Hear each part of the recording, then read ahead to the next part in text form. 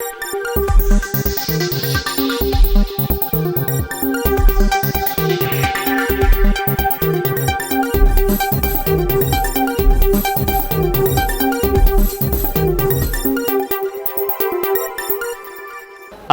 ഇളയോര വിശേഷങ്ങളിലേക്ക് സ്വാഗതം. കഴിഞ്ഞ ദിവസം പൊതുജനങ്ങൾക്കായി തുറന്നുകൊടുത്ത കാങ്കപ്പുഴ പാലത്തിൽ കണ്ടെത്തിയ കൂറ്റൻ തേനീച്ചക്കൂട് നീക്കം ചെയ്തു. പാലത്തിന്റെ രണ്ടാമത്തെ ഷട്ടറിന് അടിഭാഗത്തായാണ് നാട്ടുകാരെയും യാത്രക്കാരെയും ഭീതിയിലാഴ്ത്തിയ തേനീച്ചക്കൂട് കണ്ടെത്തിയത്. കാട്ടുതേനീച്ച, പെരുന്തേനീച്ച എന്നീ പേരുകളിൽ അറിയപ്പെടുന്ന വിഭാഗത്തിൽപ്പെട്ടവയായിരുന്നു ഇവ. കൂട്ടമായി ആക്രമിക്കുന്ന സ്വഭാവമുള്ള ഇത്തരത്തിലുള്ള തേനീച്ചകൾ മനുഷ്യജീവന് തന്നെ ഭീഷണിയാകാറുണ്ട്. പുതിയ പാലമായതുകൊണ്ട് തന്നെ നിരവധി ആളുകൾ കാഴ്ചകൾ കാണാനും മറ്റുമായി എത്തുന്ന സ്ഥലമാണിത്.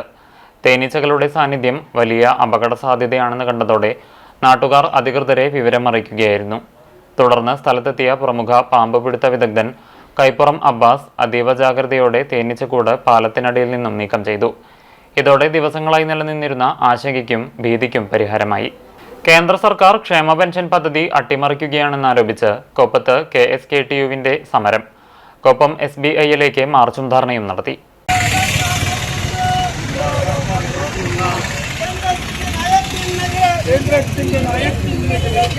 KSKTU പട്ടാമ്പി ഏരിയ കമ്മിറ്റിയുടെ നേതൃത്വത്തിലാണ് കൊപ്പത്തെ SBI-യിലേക്ക് മാർച്ച് നടത്തിയത്. ക്ഷേമ പെൻഷൻ പദ്ധതി കേന്ദ്ര സർക്കാർ അട്ടിമറിക്കുകയാണെന്ന് ആരോപിച്ചാണ് കർഷക തൊഴിലാളികളുടെ സമരം ഉണ്ടായത്. പ്രകടനമായാണ് പ്രവർത്തകർ സമരത്തിൽ അണിനിരുന്നത്. തുടർന്ന് SBI-ക്ക് മുന്നിൽ നടന്ന ധർണ KSKTU Pattambi area secretary M. Sankarankutty ഉദ്ഘാടനം ചെയ്തു. ആന്റണിയുടെ ഭരണത്തിൽ 28 മാസവും ഉമ്മൻചാണ്ടിയുടെ ഭരണത്തിൽ 18 മാസവും കുടിശ്ശികയ്ക്ക് പോയവർ തെരഞ്ഞെടുപ്പ് കാലമായ പറയും ഇതൊക്കെ ഞങ്ങളാണ് കൊണ്ടുവന്നത്, ഞങ്ങളാണ് ഇതൊക്കെ നടപ്പാക്കിയത്. നമുക്കറിയാം, നിലമ്പൂർ തെരഞ്ഞെടുപ്പിന്റെ സമയത്ത് ഈ പെൻഷൻ എന്നത് വോട്ടർമാർക്ക് കൊടുക്കുന്ന കൈക്കൂലിയാണ് എന്ന് പറഞ്ഞത് കോൺഗ്രസിന്റെ നേതാവായ KC വേണുഗോപാലാണ്. ഇന്ന് വരെ കോൺഗ്രസോ UDF-ഓ നിഷേധിച്ചിട്ടില്ല. അപ്പോൾ കോൺഗ്രസിന്റെ നിലപാടും UDF-ന്റെ നിലപാടും ഈ പെൻഷൻ ജനങ്ങൾക്ക് ലഭിക്കണം എന്നതല്ല, ഇത് മുടങ്ങണമെന്നാണ്. അതിന് സഹായകമായ രീതിയിലാണ് ഇന്ന് കേന്ദ്ര സർക്കാർ ഈ പെൻഷൻ ഓരോ ഘട്ടങ്ങളിലായിട്ട് ഇത് തടസ്സപ്പെടുത്തിക്കൊണ്ടിരിക്കുന്നത്. 5,62,000 പേർക്ക് മാത്രമാണ് കേന്ദ്ര പെൻഷൻ കൊടുക്കുന്നത്. കേരളത്തിൽ 62 ലക്ഷത്തിലധികം പേർക്ക് ക്ഷേമ പെൻഷൻ കേരള സർക്കാർ കൊടുക്കുന്നുണ്ട്. ആ 5,62,000 പേർക്ക് കൊടുക്കുന്ന പെൻഷനെയാണ് ഇപ്പൊ ഇത് ബാധിക്കാൻ പോകുന്നത്. എല്ലാ പഞ്ചായത്തുകളിലും മുനിസിപ്പാലിറ്റികളിലൊക്കെ കുറച്ച് ആളുകൾ ഇതിൽ വരുന്നുണ്ട്. മുമ്പ് കഴിഞ്ഞ 2019 ലോക്സഭാ തെരഞ്ഞെടുപ്പ് കാലത്ത് BJP-ക്കാരൊക്കെ വീട് തോറും കയറി ഇറങ്ങി പറഞ്ഞിരുന്നത് അവിടെ പെൻഷൻ നമ്മുടെ സർക്കാർ പെൻഷൻ കൊടുത്ത് കഴിഞ്ഞതിന് ശേഷം ഒരു വീട് കയറാണ്.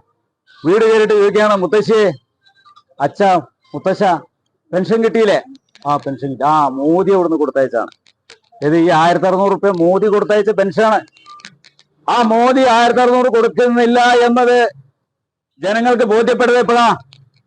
ഞങ്ങളുടെ പെൻഷൻ ഞങ്ങൾ നേരിട്ട് കൊടുത്തോളാം. അപ്പോഴാണ് ആളുകൾ മനസ്സിലാക്കിയത് അവർ കൊടുക്കുന്ന പെൻഷൻ 200 രൂപയുടെ നൊട്ട, അങ്ങനെ തന്നെ പറയണം. A. സോമൻ അധ്യക്ഷനായിരുന്നു. PP Vinod Kumar, U. Ajayakumar, T. Unnikrishnan, K. Mohandas തുടങ്ങിയവരും പങ്കെടുത്ത് സംസാരിച്ചു. പട്ടാമ്പി നെല്ല് ഗവേഷണ കേന്ദ്രത്തിലെ ജലസംഭരണിയുടെ നിർമ്മാണം പുരോഗമിക്കുന്നു. ബണ്ട് നിർമ്മാണം ഉൾപ്പെടെയുള്ള പ്രവൃത്തികളും നടക്കുന്നുണ്ട്. മുഹമ്മദ് മുഹസിൻ MLA നിലവിലെ പ്രവൃത്തികൾ വിലയിരുത്തി. പട്ടാമ്പി കാർഷിക ഗവേഷണ കേന്ദ്രത്തിൽ അനുഭവപ്പെടുന്ന ജലദൗർലഭ്യം പരിഹരിക്കുക എന്ന ലക്ഷ്യത്തോടു കൂടിയാണ് ജലസംഭരണി നിർമ്മിക്കുന്നത്. 4 കോടി രൂപ ചെലവഴിച്ചാണ് ജലസംഭരണിയുടെ നിർമ്മാണം നടക്കുന്നത്. 2 ഏക്കർ വിസ്തൃതിയിലാണ് ജലസംഭരണി ഒരുക്കുന്നത്. കേന്ദ്രത്തിൽ വേനൽക്കാലത്തെ പ്രവർത്തനങ്ങൾക്കും കൃഷിക്കും നേരിടുന്ന പ്രതിസന്ധി പരിഹരിക്കുക എന്ന ലക്ഷ്യത്തോടു കൂടിയാണ് കുള നിർമ്മാണം. നെല്ല്, പച്ചക്കറി ഉൾപ്പെടെയുള്ള കൃഷികളുടെ പരീക്ഷണത്തിനും ഇവിടെ ജലദൗർലഭ്യം വലിയ പ്രയാസം സൃഷ്ടിച്ചിരുന്നു. ഇതിന് പരിഹാരം കാണുക എന്ന ലക്ഷ്യത്തോടു കൂടിയാണ് വലിയ കുളം നിർമ്മിക്കുന്നത്. നിർമ്മാണ പ്രവർത്തനത്തിനിടെ കുളത്തിൽ വലിയ തോതിലുള്ള പാറയും കണ്ടെത്തി. ഇത് പ്രവൃത്തികളെ ചെറിയ തോതിൽ ബാധിച്ചു. ഇതുമൂലം കഴിഞ്ഞ ഏതാനും മാസങ്ങളായി നിർമ്മാണ പ്രവൃത്തികൾ നിർത്തിവെച്ചതായിരുന്നു. പാറ കാണപ്പെട്ടെങ്കിലും വലിയ തരത്തിലുള്ള ഉറവ വരുന്നതിനാൽ വെള്ളം വർദ്ധിച്ചു വരികയാണ്. ഇതാണ് പ്രവൃത്തികൾക്ക് തടസ്സം സൃഷ്ടിക്കാൻ ഇടയായത്. കുളത്തിലെ ജലം അല്പം കുറഞ്ഞ സാഹചര്യത്തിലാണ് വീണ്ടും നിർമ്മാണ പ്രവൃത്തികളുമായി അധികൃതർ രംഗത്തിറങ്ങുന്നത്. ഈ സാഹചര്യത്തിലാണ് നിലവിലെ പ്രവർത്തകർ വിലയിരുത്താൻ മുഹമ്മദ് മുഹസിൻ MLA ഇവിടെ എത്തിയത്. RRS-ലെ ഉദ്യോഗസ്ഥരും MLA-ക്കൊപ്പം ഉണ്ടായിരുന്നു. വലിയ തോതിലുള്ള ജലസേചന സൗകര്യം ലഭ്യമായാൽ പുഞ്ചകൃഷി ഉൾപ്പെടെയുള്ള പരീക്ഷണങ്ങളും കേന്ദ്രത്തിൽ നടപ്പാക്കാനാകുമെന്നാണ് ഉദ്യോഗസ്ഥർ അറിയിച്ചത്. നെല്ല് ഗവേഷണ കേന്ദ്രത്തിൽ വളരെ വലിയ ഒരു ജലസംഭരണി എന്നുള്ള തരത്തിൽ തന്നെ വലിയൊരു കുളം നമ്മളിവിടെ യാഥാർത്ഥ്യമാക്കിക്കൊണ്ടിരിക്കുകയാണ്. നേരത്തെ വർക്ക് ആരംഭിച്ചിരുന്നെങ്കിലും ഇതിന്റെ ഉറവ വളരെയേറെ ആയതുകൊണ്ട് മണ്ണ് നീക്കം ചെയ്യാൻ കഴിയാതെ വെയിറ്റ് ചെയ്യായിരുന്നു. ഇപ്പോൾ വെള്ളം കുറച്ച് കുറഞ്ഞപ്പോൾ ഇപ്പോൾ നമ്മൾ വീണ്ടും നിർമ്മാണ പ്രവർത്തനങ്ങൾ നടത്തി. അത്യാവശ്യം ആഴത്തിൽ പല ഭാഗത്തും ഇത് കുഴിച്ചു കഴിഞ്ഞു. ബണ്ട് ഉണ്ടാക്കാനുള്ള നിർമ്മാണ പ്രവർത്തനങ്ങൾ നടക്കുകയാണ്. അപ്പോൾ അതിൽ തടസ്സം എന്ന് പറയുന്നത് കുറച്ച് പാറയുണ്ട്. ആ പാറയുടെ ഭാഗം വേണമെങ്കിൽ നല്ല വെള്ളമാണ്, അത് പൊട്ടിക്കണമെങ്കിൽ കുറച്ച് വെള്ളം ഇനിയും കുറയണം. അപ്പോൾ അതിന് വേണ്ടിയിട്ടുള്ള പ്രവർത്തനങ്ങൾ കൂടി വെയിറ്റ് ചെയ്യേണ്ടി വരുമെങ്കിലും വളരെ വേഗത്തിൽ മറ്റുള്ള കാര്യങ്ങൾ ചെയ്തുകൊണ്ടിരിക്കുന്നു. വെള്ളം കുറയുന്നതിനനുസരിച്ച് നമ്മൾ ഈ ജലസംഭരണി എത്രയും വേഗം പൂർത്തീകരിക്കും. നമുക്കറിയാം, നെല്ല് ഗവേഷണ കേന്ദ്രത്തിൽ ഇവിടുത്തെ പഠനാവശ്യത്തിനാണെങ്കിലും റിസർച്ചിന്റെ ആവശ്യത്തിനാണെങ്കിലും അതോടൊപ്പം തന്നെ മറ്റു കൃഷി ആവശ്യത്തിനാണെങ്കിലും ഒക്കെ ആവശ്യത്തിന് അനുസരിച്ച് വെള്ളം കിട്ടുകയും ഈ പരിസര പ്രദേശങ്ങളിലെ കിണറുകളിലൊക്കെ വെള്ളം നിൽക്കുന്നതിന് വേണ്ടിയിട്ടുള്ള വലിയൊരു ജലവിധാനമായിട്ട് ഇത് മാറുക എന്നുള്ളതാണ്. അപ്പോൾ അതിന്റെ പ്രവർത്തനങ്ങളാണ് നടന്നുകൊണ്ടിരിക്കുന്നത്. വർക്ക് ഇടക്കാലത്ത് ഉറവ വളരെ ശക്തമാകുകയും മഴ പെയ്തുകൊണ്ടും വർക്ക് ചെയ്യാൻ കഴിയാത്തൊരു സാഹചര്യം ഉണ്ടായിരുന്നു. അപ്പോൾ അത് മറികടന്നുകൊണ്ട് ഇപ്പോൾ നിർമ്മാണം വേഗത്തിൽ പുരോഗമിക്കുന്നു എന്ന കാര്യമാണ് അറിയിക്കുന്നത്. കൊപ്പത്തെ യൂത്ത് കോൺഗ്രസ് പ്രവർത്തകനായിരുന്ന പ്രഭാപുരം സ്വദേശി ഗിരീഷിന്റെ വയോധികരായ മാതാപിതാക്കൾക്ക് ചർക്കയുടെ നേതൃത്വത്തിൽ ഒരുക്കി നൽകിയ വീടിന്റെ സമർപ്പണം നടന്നു. ഗിരീഷ് അനുസ്മരണവും സംഘടിപ്പിച്ചു. മുൻ MLA CP മുഹമ്മദ് ചടങ്ങ് ഉദ്ഘാടനം ചെയ്തു. കൊപ്പത്തെ യൂത്ത് കോൺഗ്രസ് പ്രവർത്തകനായിരുന്ന അകാലത്തിൽ വിട പറഞ്ഞ പ്രഭാപുരം വെള്ളാഞ്ചേരി കുന്നത്തെ ഗിരീഷിന്റെ വൃദ്ധമാതാക്കൾക്കാണ് ചർക്കയുടെ നേതൃത്വത്തിൽ വീട് ലഭ്യമാക്കിയത്.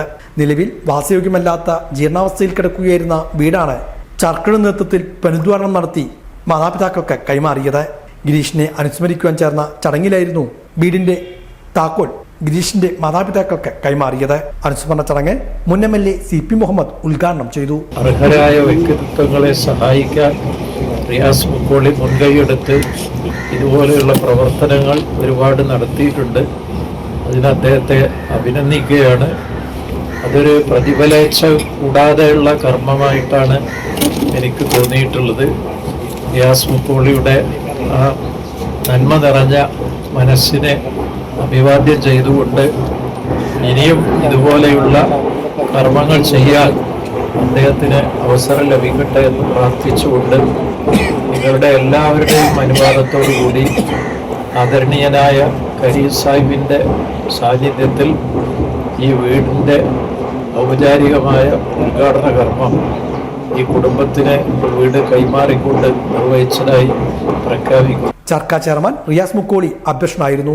മുസ്ലിം ലീഗ് സംസ്ഥാന വൈസ് പ്രസിഡന്റ് CMA കരീം മുഖ്യാതിഥിയായി. DCC general secretary Kammukutty Edathol, Pattambi block panchayat president AP Ramadas, E Musthafa, EK Muhammad Kuttiyaji, Neeladi Sudhakaran, C Sangeetha, M Radhakrishnan, Azeez Pattambi, Jayashankar Kottarathil, TK Shukkoor, AK Musthafa, Ajay Ghosh, advocate Muhammad Ali Mattanthadam, Abdul Shukkoor, Sayyid Prabhapuram, Anil Pulasseri, K Dinesh, Shihab Prabhapuram, Aslam MT, Kannan Prabhapuram തുടങ്ങിയവരും പങ്കെടുത്ത് സംസാരിച്ചു.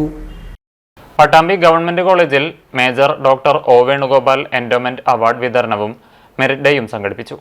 പട്ടാമ്പി ശ്രീ നീലകണ്ഠ ഗവൺമെന്റ് സംസ്കൃത കോളേജിൽ കൊമേഴ്സ് വിഭാഗം മേധാവിയായിരുന്ന മേജർ ഡോക്ടർ O വേണുഗോപാലിന്റെ സ്മരണാർത്ഥമാണ് എൻഡോമെന്റ് ഏർപ്പെടുത്തിയിരുന്നത്.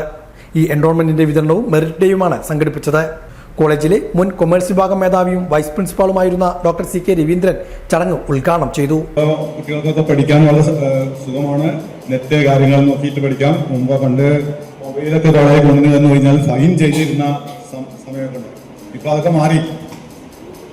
കോവിഡൊക്കെ വന്നതിന് ശേഷം മൊബൈൽ ഉപയോഗിക്കാൻ കാര്യങ്ങളാവും, നെറ്റ് നോക്കിയിട്ടോ കാര്യങ്ങളോ ഒക്കെ ആയിട്ട് നിങ്ങൾക്ക് പഠിക്കാനൊക്കെ സൗകര്യം. ഞങ്ങൾ പഠിച്ചിരുന്ന കാലത്ത് അതൊന്നും ഉണ്ടായിരുന്നില്ല. ലൈബ്രറി പുസ്തകങ്ങളോ കാര്യങ്ങളോ വേണം നോക്കാം. അന്ന് ഇന്നത്തെ മാതിരി കോപ്പറേറ്റീവുകാരുടെ ഗൈഡോ മറ്റോ പുസ്തകങ്ങളില്ല. ആകെ കൊണ്ടുവരുന്ന എന്തൊരു ഇറക്കിയിരുന്ന ചില പുസ്തകങ്ങൾ മാത്രമേ പഠിക്കാൻ ഉണ്ടായിരുന്നു. ലൈബ്രറി ഇവിടെ ഉണ്ടായിരുന്നു. ഈ മെയിൻ ബ്ലോക്കിന്റെ സ്ഥലത്താണ് ലൈബ്രറി ഹാള് ഉണ്ടായിരുന്നത്. അവിടെ ലൈബ്രറിയൻ ഇല്ല എന്ന കാരണം പറഞ്ഞ് പുസ്തകങ്ങളൊന്നും തന്നിരുന്നില്ല. എന്നിട്ട് ഞങ്ങൾ അതിനു വേണ്ടി സമരം ചെയ്ത് കാര്യങ്ങളായിട്ടാണ് പിന്നെ പുസ്തകം തരാനുള്ള ഒരു ഏർപ്പാടുണ്ടാക്കിയിട്ട് ലൈബ്രറി പുസ്തകം പോലും തന്നിരുന്നത്. വളരെ ബുദ്ധിമുട്ടിയിട്ടാണ് ഞങ്ങളൊക്കെ പഠിച്ചിരുന്നത്. ഞാൻ 4ാമത്തെ ബാച്ച് എന്ന് പറഞ്ഞു ബികോം ഇവിടെ തുടങ്ങിയിട്ട് ഉള്ള 4ാമത്തെ ബാച്ചിലാണ്. പക്ഷെ എനിക്കറിയാം എൻ്റെ ബാച്ചിലൊക്കെ റിസൾട്ട് നല്ല ഇതായിരുന്നു. ഞങ്ങളുടെ അലുമിനി ഞാനാണ് ടീച്ചറെ വിളിക്കുകയൊക്കെ ചെയ്തു. ടീച്ചർ അങ്ങോട്ട് വന്നില്ല. ആ അലുമിനിയിലുള്ള എല്ലാവരും നല്ല പൊസിഷനിലും കാര്യങ്ങളായിട്ടുള്ള ജോലികളും കാര്യങ്ങളൊക്കെ ഉള്ള ആൾക്കാരാണ്. കൊമേഴ്സ് വിഭാഗം മേധാവി ഡോക്ടർ റോസിന ബേബി അധ്യക്ഷയായിരുന്നു.